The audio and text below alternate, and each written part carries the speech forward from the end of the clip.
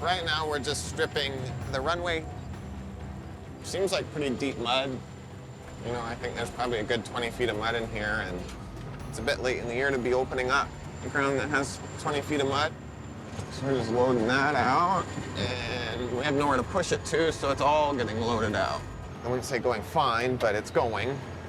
Parker Schnabel's crew is rushing to strip the 24-acre runway cut down to pay so they can start feeding wash plant Big Red.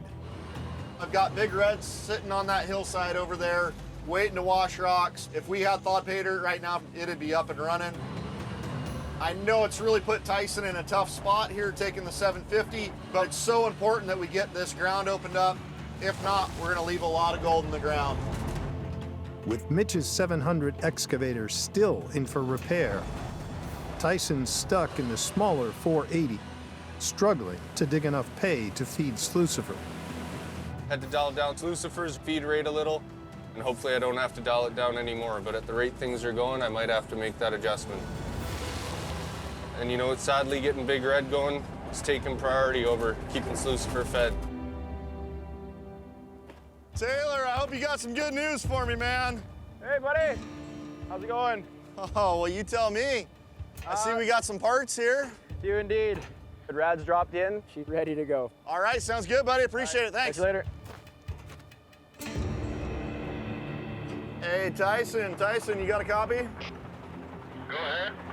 Hey, buddy, I got a present for you if you want to meet me over by Slucifer. Sounds good, man. I'm on my way.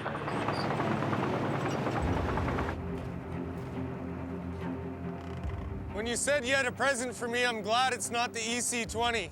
No, man, we treated her good. It moved a lot of mud. It really helped out. So now we can get some pay up here and crank this baby back up. I'll go turn it up and then light the fire under Froggy in my own ass. All right, buddy. Now you at least got some muscle down here for digging this. Sounds good. Thanks, All right. Mitch. Yeah, no worries, man. Thanks.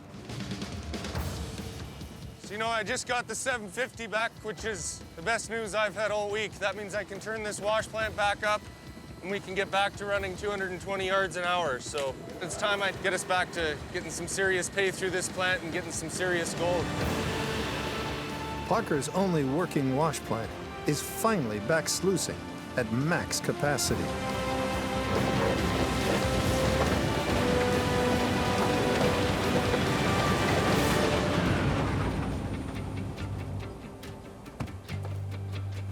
It looks like the super stacker's off.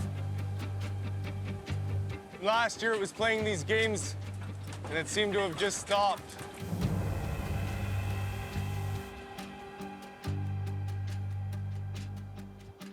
Belt feeder, fault, RPM 0.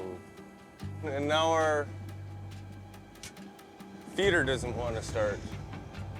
It's just got some gremlins in it.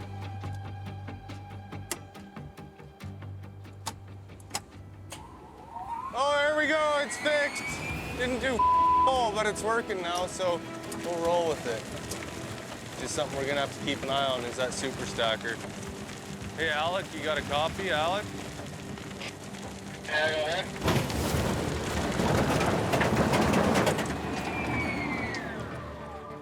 This conveyor system is playing some pretty intense games right now. At first it was the super stacker, then our belt feeder wouldn't start for us. Now the end delivery conveyor is shutting down. We got to get to the bottom of these electrical demons here. Oh, just got a radio call that we're having some issues here with the conveyors. They're wanting to shut off on their own, so we got to take a look at it, see what's going on. At Parker's Yukon claim, electrical gremlins are plaguing Slucifer's super stacker. What went on it first? Did this stop? Just this belt right here stopped. But the top kept going. Oh yeah. It's had a couple times where you hit go, and then it'll run for 4 seconds or something and then turn off. But it's also cutting out randomly. Got no noise or anything coming from the gearbox. You know, looking over all the rollers here, don't see anything jammed up. If the problem's consistent, you can isolate the problem. But when it quits working and then it starts back up and everything looks good and checks out good, it makes it real tough. Every hour Slucifer's down costs Parker almost $4,000 in lost gold production. And with Big Red also out of action, he's making no money. I'm wondering if maybe there's some tired contactors in the panel there. It certainly could be that the contactors are getting shot in it. Contactors are heavy-duty switches that prevent surges frying the electrics. So we're looking to see if we've got some of the right goodies here. It's heavy enough. Feels expensive. Be this guy right here.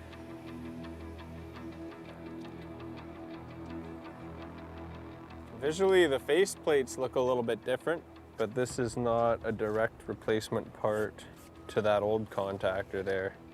Like physically it will fit and we can join up some of the wires and it might go, but it would be nice to have the exact unit that came out of it, which that new one is not. It looks like we have part of what we need, but unfortunately not all of it. So in the meantime, let's just try and kind of, maybe we can blow this thing out. I mean, all the dust, all the dirt, you look at all that sand and everything in there. Oh yeah, we've got a bit. It doesn't take much in there for those contactors to get some contamination. They're not gonna wanna bite in good. Oh yeah, you see that dust coming out of there?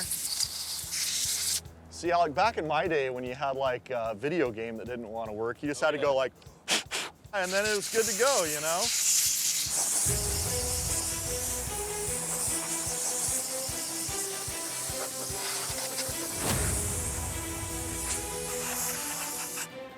Well, looks a lot better than it did. Yeah, that's all right.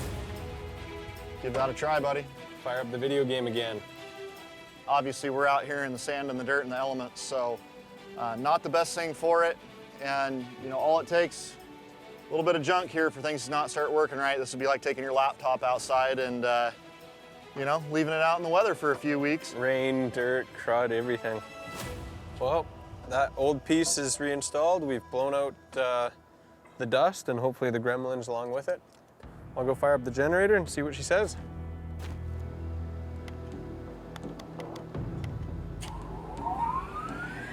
Oh, things are working again.